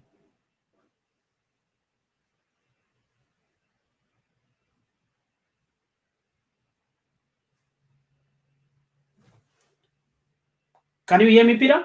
Yes. We thank you so much, Dr. Ajak, and our dear viewers who have spare time to listen to you. It is really very encouraging. And that's why the Department for Youth Justice called for you to go back to Melbourne and do another presentation. It is very interesting. And for those who want to listen to the presentation done in Melbourne last year, go to our YouTube and check Dr. Ajak and other presenters. Their videos will be put on later. And the book is about to come out. They are working on it. We need to find a solution to our problems. We do agree that there are issues in the community, and we as a community need to play a role. Australian people the government have tried their level best to help, and the same thing service providers. But the community leaders need to unite and work for the interests of the community, especially the community within Australia. Let us not focus much on issues back home. If you are meant to be a leader of the associations, so try to work for the benefit of the Australian South Sudanese here. Dr. Ajak, once again, thanks so much. If there is any closing remarks or anything, message regarding coronavirus, word of encouragement, then I think you will summarize it and we'll close it. To our South Sudanese outside there as well, the apology was really good because that is the first time for our community to have received such apology. So we need to appreciate it and let it stop responding negatively after. Give your teams or leaders a chance to digest the apology and also to look into what they can do. Otherwise, we wish you all the best as people are facing a lot of challenges back home and also in the country. We do host public speakers. If you want to speak in our show regarding community education, please send us a note in the future. But we thank Dr. Ajak for being always with us, regardless of his time constraint. He is always with the community, and we really thank you so much. Thanks, Dr. Ajak. Thank you, Peter. Yeah, for sure. After we present these our interest in social service providers in the nation, particularly in Victoria, to want me to go back and speak. But soon after then came Christmas and then coronavirus and the rest become a story. Yes. Dr. Jack, there is a question from Deng Lualun. Deng was Okay. there during I think you can also check that one there. Okay, Deng is asking whether the generational gap is playing a role. Look, every generation, whether you are an immigrant or an established society, or you are part of the mainstream system, there would always be a generational gap. The question is how the older generations deal with the generation coming after. It has been shown in history that it is not the young generation that adapt to the elderly generation.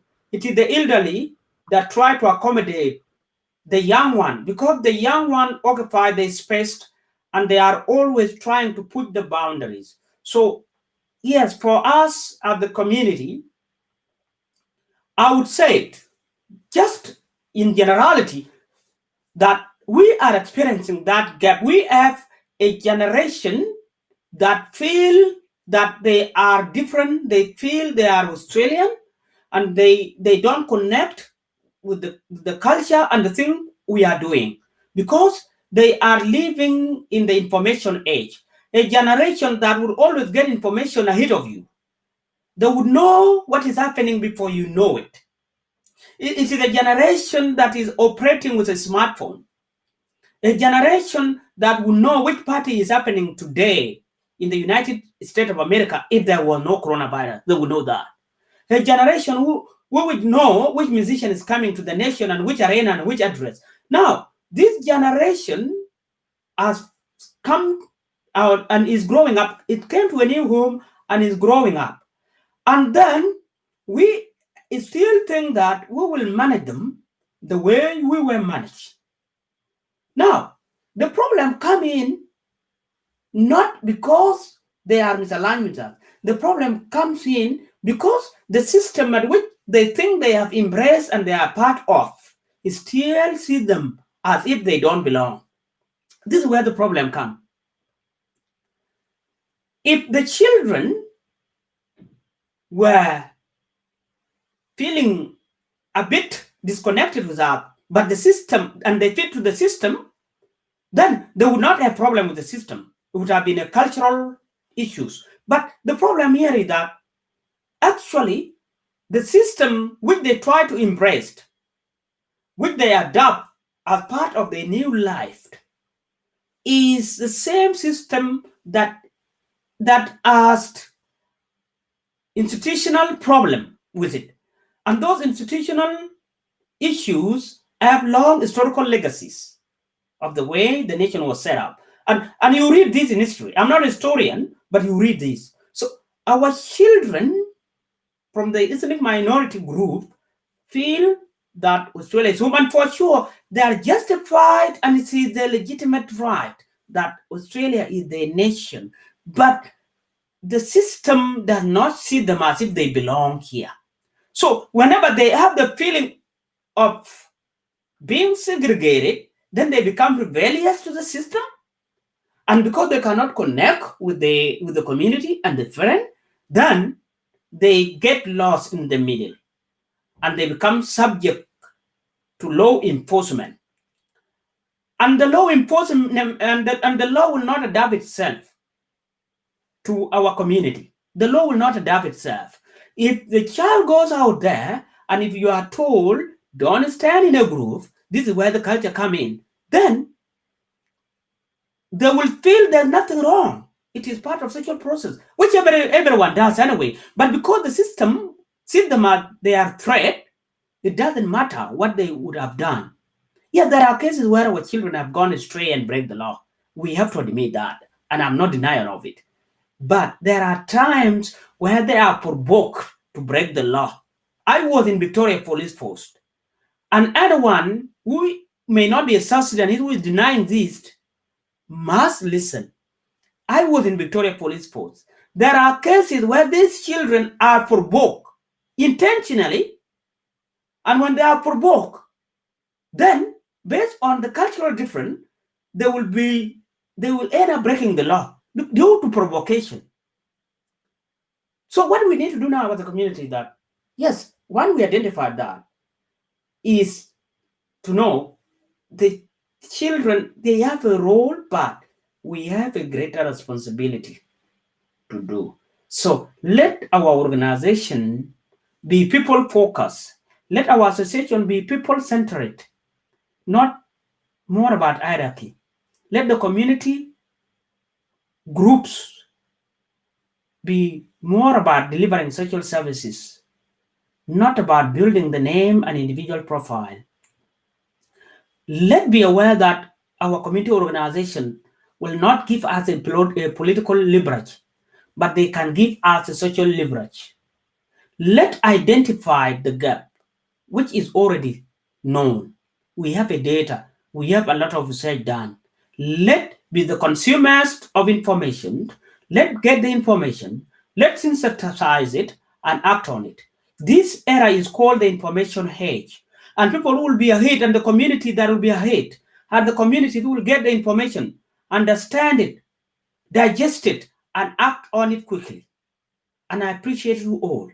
When we got the information that was malice against the entire community on the Sky News, we collectively digested. We saw its ramification, and we collectively act on it. And we have a good gesture. And as we people of faith in Christianity, we know that when someone asks for forgiveness, it's always the best thing to do. And if we want to pursue an illegal avenue, let have a cohesive voice. Let's be careful. You cannot seek legal avenue and start be putting things out in public that are not supportive of what you are saying. If we want to do that, let our leaders act on our behalf. And if they mess it, then we can have a chance to hold them accountable.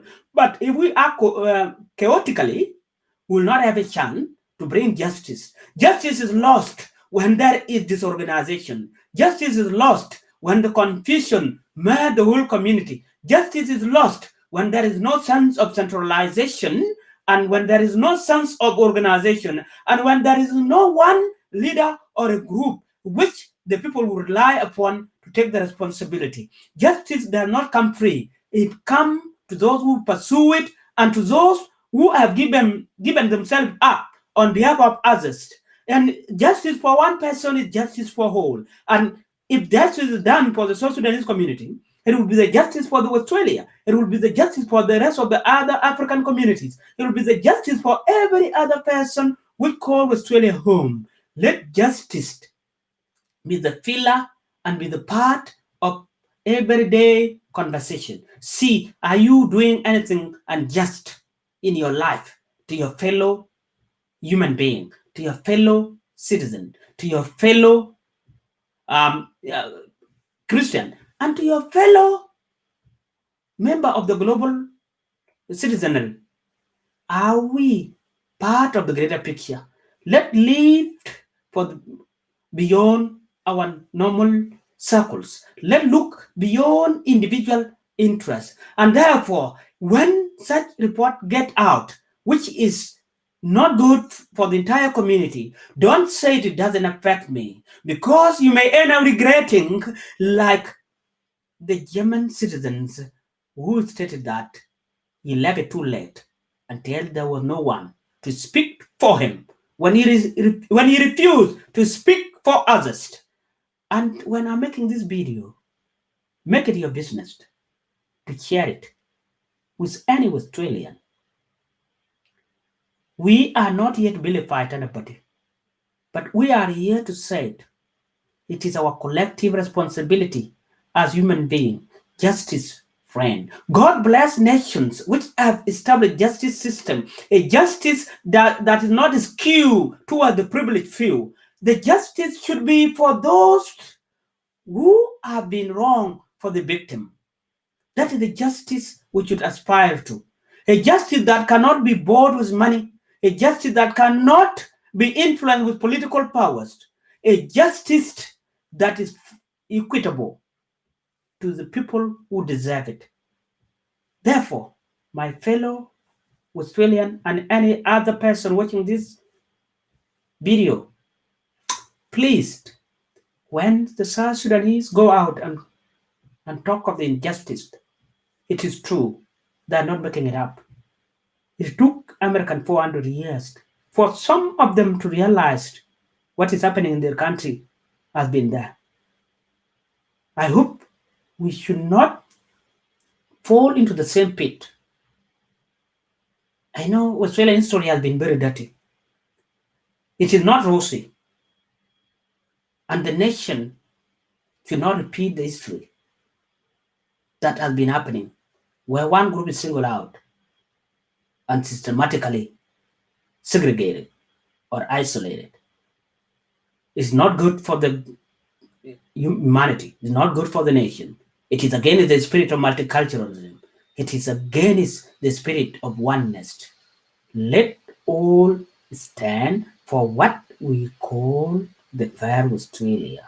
If you sing that song as Australian and you look away when unfairness is being done to your fellow Australian or to any person living in this nation that call it home, then you are not patriotic and not truthful to what you are singing. And every Christian out there, it is against our faith for injustice to rule and become the denominator in our day-to-day life. Any single statement that is against a certain group does not only affect them psychologically, it has a political, social, and economical ramification. It flows into the job adverts. And for you who don't know, it is really in Australia. I've worked as a civil servant. Some of these things are systematic. And therefore, my fellow South Sudanese, when Peter Cridlin gave her an apology, we should take it in good faith. Yes, there may not be enough to address the damage. But what can address the damage? It is something that can be tackled legally. Let's take it in good faith. I think having apology is better than having impunity that we have seen with other media houses, where they will put different pictures. They brand them as African, and then they will look away. Let's take it in good faith. Let's allow our leaders to pursue all the avenues, because I think this one is systematic. We should not dwell on one person. We should look into the institution. To me, I think our next move as a community, and my advice with the leaders, let not treat it as it is Peter Cridlin problem. If we see it that way, then we will not bring change.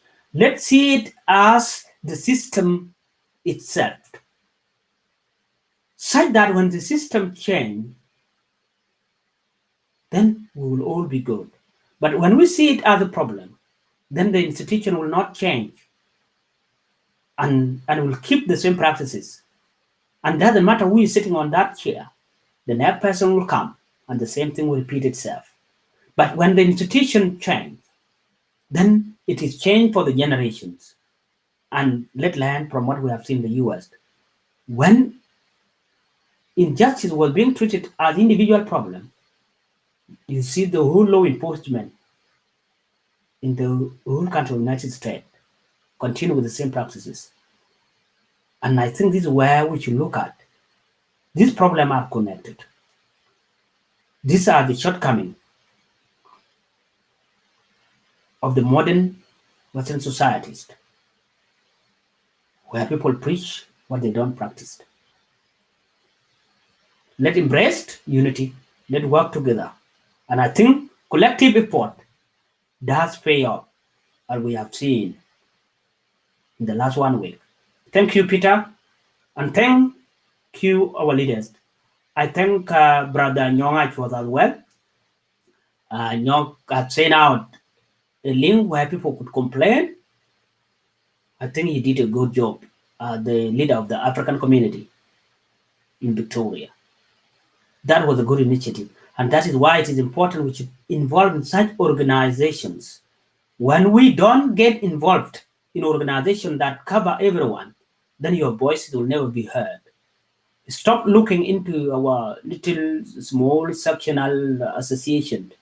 Let's get into such organizations. This is where we can bring change. So I thank all the leaders.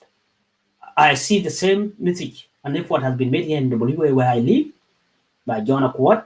Thank you. You have done work throughout coronavirus. I was asked to make a few remarks about coronavirus.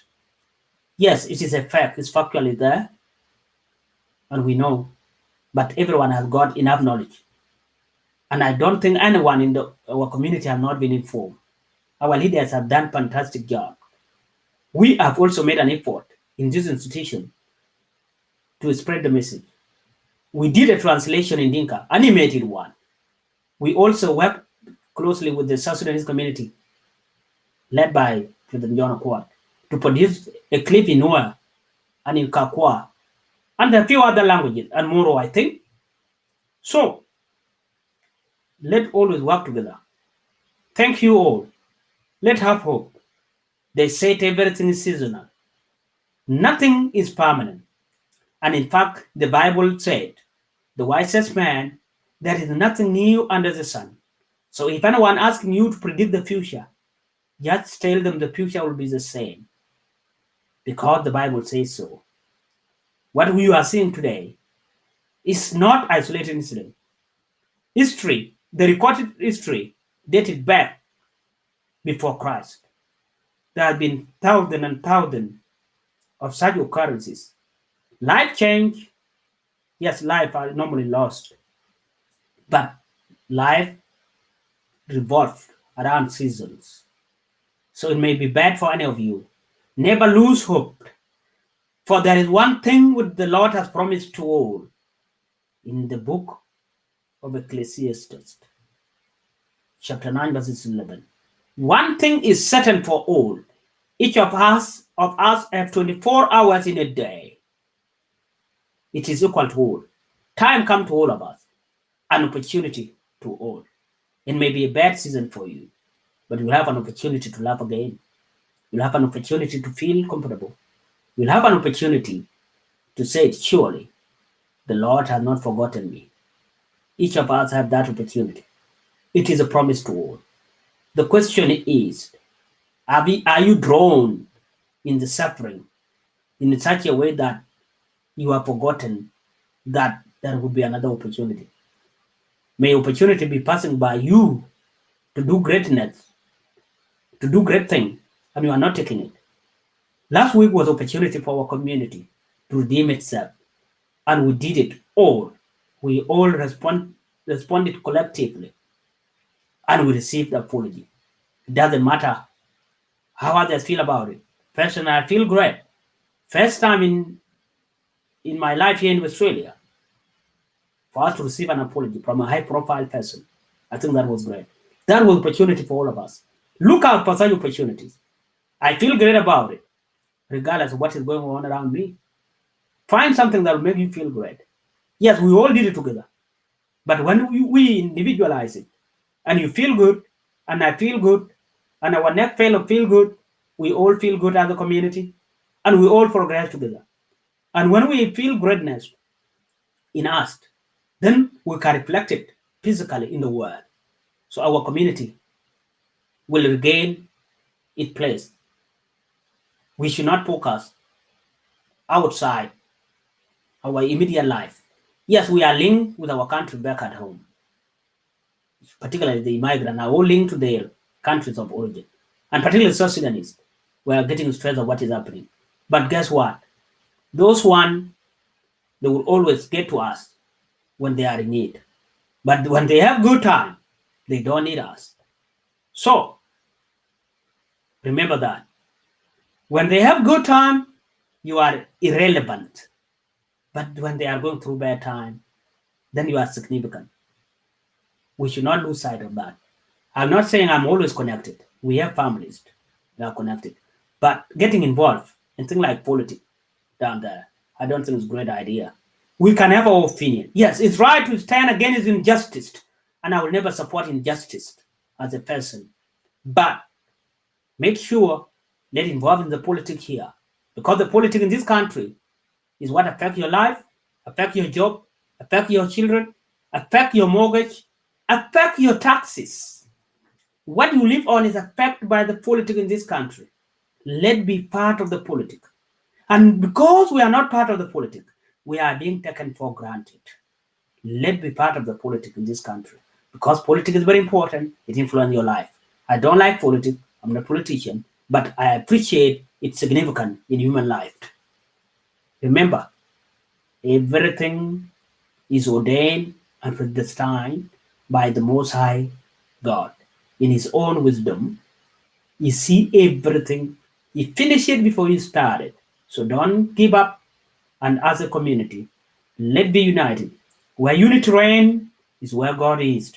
Wherever there is confusion, there's no God in it. The chaos and the confusion in our community is not godly. It's the work of the enemy.